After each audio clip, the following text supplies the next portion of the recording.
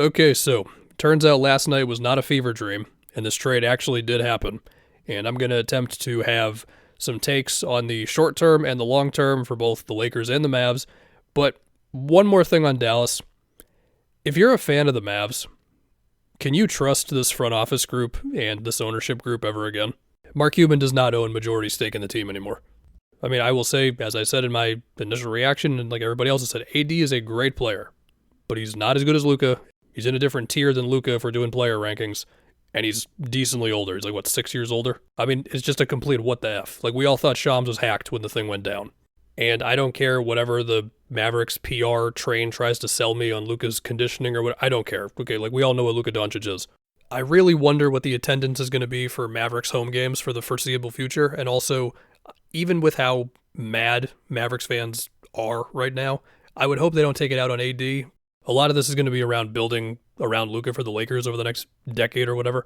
But the short thing here for the Mavs, and I'll go more into this by the end of the video, do I think they increased their title odds with this deal? No. I think they lowered their chances of making a finals, going on a deep playoff run, and they also shortened their window in the process. From scanning the internet, I've actually seen people have a more optimistic look at the current Mavericks team than I do.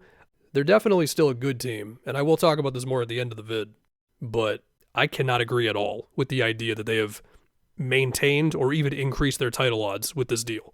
I know Luka has the calf strain, I don't care. And sure, I'll say nice things about the Kyrie AD two-man game and the defensive front court of AD and Lively if Lively can come back from his ankle injury by the time the regular season ends. I'll still say some nice things about the Mavericks team right now. Again, that's for later in the vid. Let's talk Lakers for a while. First off, let's get a little sentimental about AD with the Lakers, okay? They won a title. They looked fantastic the first 30 games of the following season before injuries, and then they made the Westbrook trade and gutted their role players that helped them win a title, which led to a lost season, and they still managed to at least go on one nice playoff run that eventually ran into Nikola Jokic. But the AD LeBron era, it was a good time. I mean, Laker fans are going to remember AD forever. Everything the Lakers do moving forward needs to be centered around building around Luka. Your now mid-25-year-old MVP candidate, who is still out for a little bit of time here with a calf strain. Safe to say with the time missed this season, he's not going to be a real candidate for the award, but you know what I mean. Which means for the very, very short term of right now and however long, you are going to have to try to win some games without him. They just had a great win versus the Knicks without AD. Also, I didn't even mention Max Christie in the last video. Christie was helping the Lakers, no doubt. They're a half game up on the Clippers for the 5th seed. These next few games without Luka, these are really going to matter. And also, to state the obvious, I mean, you look at Luka's contract, he's got a player option after next season. The Lakers, I'm sure they're confident they can get him to sign that extension. And by the way, he is now not eligible for the Supermax that he can only get from Dallas.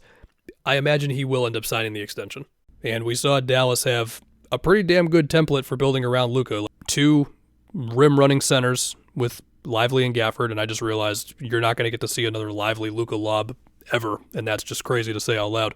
A great second scorer in Kyrie that they were able to trade for because of a crazy Nets situation, and then a crop of role players that can make open shots, guard, do enough off the dribble hopefully, and then if you got to pick up more of a specialist guy like Clay, then you do it. I mean, even after losing Derrick Jones, the defense was still there. The Kyrie, Clay, PJ, Luka, Lively lineup that only appeared in 14 games this season had a plus 23 net rating. And then as far as Luka in the playoffs, I mean, just go ask the Phoenix Suns about Luka in the playoffs. And also the PJ trade went crazy. I mean, the Lakers are going to have to just basically repeat what Dallas did.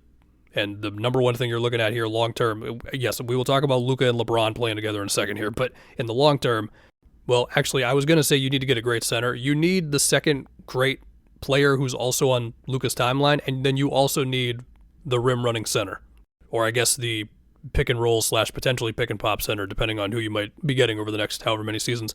But that guy's got to also be able to protect the basket. I mean, Jackson Hayes is the starting center of the Lakers right now, and I mean, sure, any center can benefit off of playing with Luka, but you're going to have to do better than Jackson Hayes. It's not going to be Maxi Kleber. Now, as I say any of this, the Lakers had a chance to get Luka. You do that trade every single time. And then you deal with the roster construction. And then as far as your long-term search for the other great creator, scorer, and all that, I mean, we are going to have to see how much longer LeBron defies Father Time. He just had an amazing game against the Knicks. But looking at the roster right now, the only other creator who's in their 20s is Austin Reeves. And we like Austin Reeves. He's doing a good job taking on more ball-handling duties. But yeah, you're going to need somebody better than that as your number 2 guy next to Luka. The benefit you've got is you're the Lakers and you have Luka, so you're going to be a destination for somebody. and I'll talk about this more in a minute after the LeBron-Luka stuff, they have somehow not been depleted of all of their picks moving forward because of this deal. Okay, let's talk about the short term here with Luka, LeBron, the team around it, what can we expect the rest of this season and all this stuff. So as far as Luka and LeBron, I mean, this does take ball handling pressure off of LeBron. Luka's going to be the guy having the ball the most here. He's going to be taking the most shots, I have to assume. I mean, LeBron's 40. And as far as a playing off of each other thing, I mean, we're talking about two of the best passers of all time, and they both can shoot. Sure, Luka definitely loves his step-back threes, but one thing with Dallas, as they were looking really good this season before he went down and then just complete pandemonium struck us last night, the Mavs were making a decent amount of progress in finding ways to get Luka more assisted baskets. Whether it be like Kyrie brings the ball up and then he and Luka are kind of like close to each other as the ball comes up, and then Kyrie like flips it to him and then runs through to where it's like effectively a screen, and then Luka can just do whatever against a defense that's shifting a little bit, or maybe Dinwiddie runs an action on one side of the floor, then Luka will sort of, if not cut, then at least like catch the ball on the move. I think there may have even been some pin downs or down screens set for him, and not to say that Luka's flying off of these screens as if he's Steph, but it was working. I mean, his assisted baskets are just much higher this season. Like nearly half of his threes were assisted this season before he went down, and for a long stretch of his career that seemed impossible because it was like only the step backs that he was taking from three. So it'll be on the Lakers to try to tap into that as much as they can, and we all know that JJ can drop a set. And then of course any type of LeBron breaking down the defense, getting inside, kicking it out to Luka, stuff like that, yes, that'll be great. LeBron is shooting basically 40% on catch and shoot threes this year, and that's on about 3 attempts a game. We all know that LeBron can cut, he can attack off the catch, he can still have his bursts of incredible athleticism, even if obviously he still needs to conserve his energy throughout the game because he is 40 years old.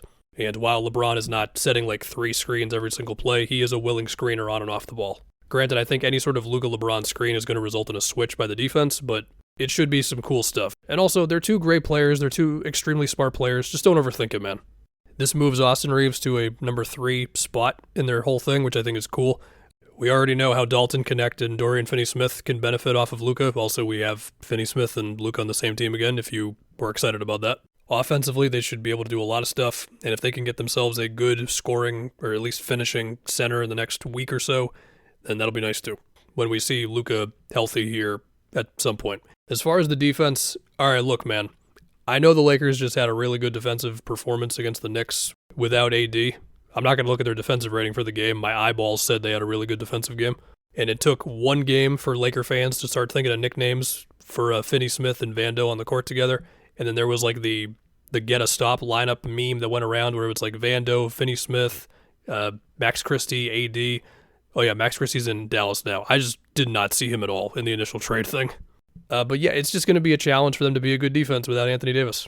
Simple as that. I mean, you can try to put as many good defenders on the floor as you want around Luka, LeBron, and Reeves, and you can scramble the lineups any which way you want, and obviously one of LeBron or Luka is going to be on the court at all times here, but you're just really going to need to get a good defensive center. And it's insane to say this, but they still have an unprotected first they can move, which I believe is 2031, and then in the meantime, they still have swap rights on some of their other picks.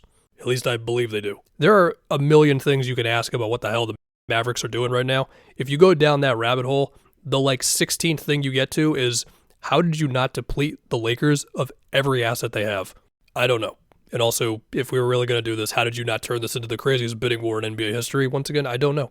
I don't know. That's my answer to everything the Mavericks are doing right now. And of course, all of those questions are always preceded by, why the hell would you trade Luka Doncic? I also mentioned Connect earlier and how he could benefit off of Luka. They could also look to move Dalton Connect.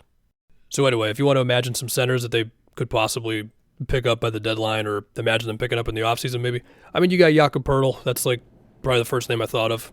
But as we know, the Raptors infamously really wanted Jakob Poeltl based on what they traded for him and then the contract they gave him. So I don't know. I'm pretty sure the Pacers already had a thing that said, we're not trading Miles Turner, which that one does not surprise me. And that one came from Fred Katz at The Athletic. But yeah, that'll be the short-term thing. Finding a center, finding probably another 3-and-D guy, and trying to do that without depleting yourself of draft picks that you should not have after this trade, but you somehow have. I went to bed at 7 in the morning after this trade because I was so damn wired. I had to listen to 3 podcasts. I had to watch 5 YouTube videos. I had to scroll Lakers Reddit, Mavs Reddit, NBA Reddit. I've done everything. So yeah, good luck for me trying to get my sleep schedule under control. Okay, let's talk the new Dallas Mavericks with no Luka Doncic and Anthony Davis. and Max Christie. For one, Max Christie, okay, that's like a nice player to have on your team. Cool. So before this trade, I thought that Dallas, it was going to be a little messy. I mean, Lively is potentially out for the whole regular season, or like until like the last week of the regular season or something. Of course, you were going to have to get Luka back healthy again. It was going to be messy, but I felt like they could have still made the finals. Thunder fans, I said could have. I'm not saying they definitely would have. Okay. And also apologies to Nuggets, Rockets, Grizzlies, whatever. The West is good. We know this. After this trade, I no longer believe that. And that's not an indictment on Anthony Davis. He's just not as good as Luka. Sure, a Kyrie Irving, Anthony Davis pick and roll, that sounds really good. Both of them have a counter for that if you decide to switch, if you decide to drop, if you decide to play high up on the screen, like whether it's Kyrie hitting you with a pull-up or getting downhill, whether it's AD having room to operate. There's a lot of counters baked into that two-man game with just how good those two are. Defensively, I mean, again, like Lively's going to be out here for potentially the whole rest of the season. But if we do get to see it this year, like a Lively Anthony Davis defensive front court sounds honestly incredible. Both great rim protectors, both have the ability to switch, both can hedge and recover on screen actions. One guards the center, one's the help guy. Like, yeah, it totally writes itself. In the meantime, you're going to see AD and Gafford, where, I mean, AD can still be the help guy, having a big body next to AD. Like, we saw what that looks like when the Lakers had it with JaVale or Dwight in the 2020 season. Like, you could put AD anywhere on defense. He's going to be really good. Now, as I say that, I do think there's a conversation to be had about him just being able to stand in front of the basket all day because he's the center. Is that still better than him as a help guy? But we're going to see them try AD and Gafford, so we'll just see what it looks like. I mean, again, AD is great no matter where you put him. But he's just not Luka, and I just think you lose too much shot creation, too much one-on-one perimeter play. You also lose an unreal amount of playmaking. I mean, sure, like I just said that the Kyrie AD pick and roll can be really good. Luka's just one of the most cerebral dissectors of a defense, if I can bust out some words. And this whole roster was built around that. So I'm sure they'll try to find somebody else and, hey, maybe they can pull it off. I don't know. But yeah, I'll just say it again. I think their chances of making the finals or hell, making the conference finals are just lower.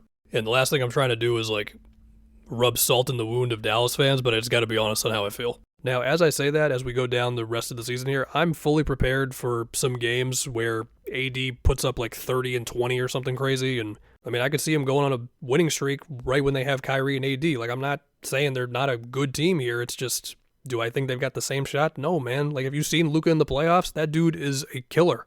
I'm sure they'll try to find somebody before the deadline. We'll just see.